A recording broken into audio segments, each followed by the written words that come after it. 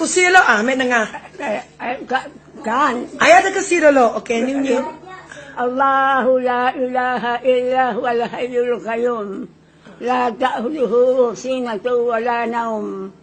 Lahu ma fis samawati wa ma fil ardh. Man dhal ladzi yashfa'u 'indahu illa bi'idhnihi. إلا بالوسع وسع كرسيه السماوات والأرض ولا يؤوده حفظهما وهو العلي العظيم.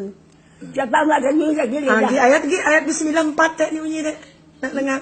Bismillah 3. Dulu. Bismillah dulu. Macam ni bunyi. Bismillah yakin. Bismillah Ibrahim.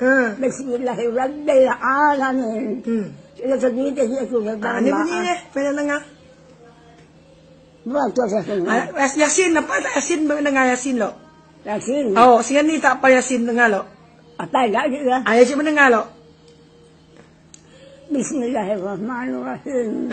Yasin wal Qur'anil Hakim innaka laminal mursalin ala siratin mustaqim. Tanzilul azizir rahim tanzil qauman ma unzila aba'uhum fahum ghafilun. Laqad aqal qawlu ala aktsarihim fahum la yu'minun. Inna ja'alna fi anaqihim aghlalan fahya ila al-azqani fahum mu'mahun.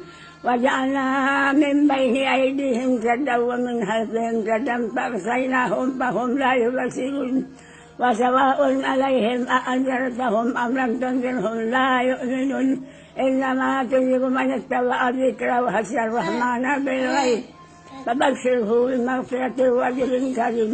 إنا نحن نحيي الموتى ونكتب ما قدموا وآثارهم وكل شيء أحصيناه في إمام مبين. واضرب لهم مثلا أصحاب القرية إذ جاءها المرسلون إذ أرسلنا إليهم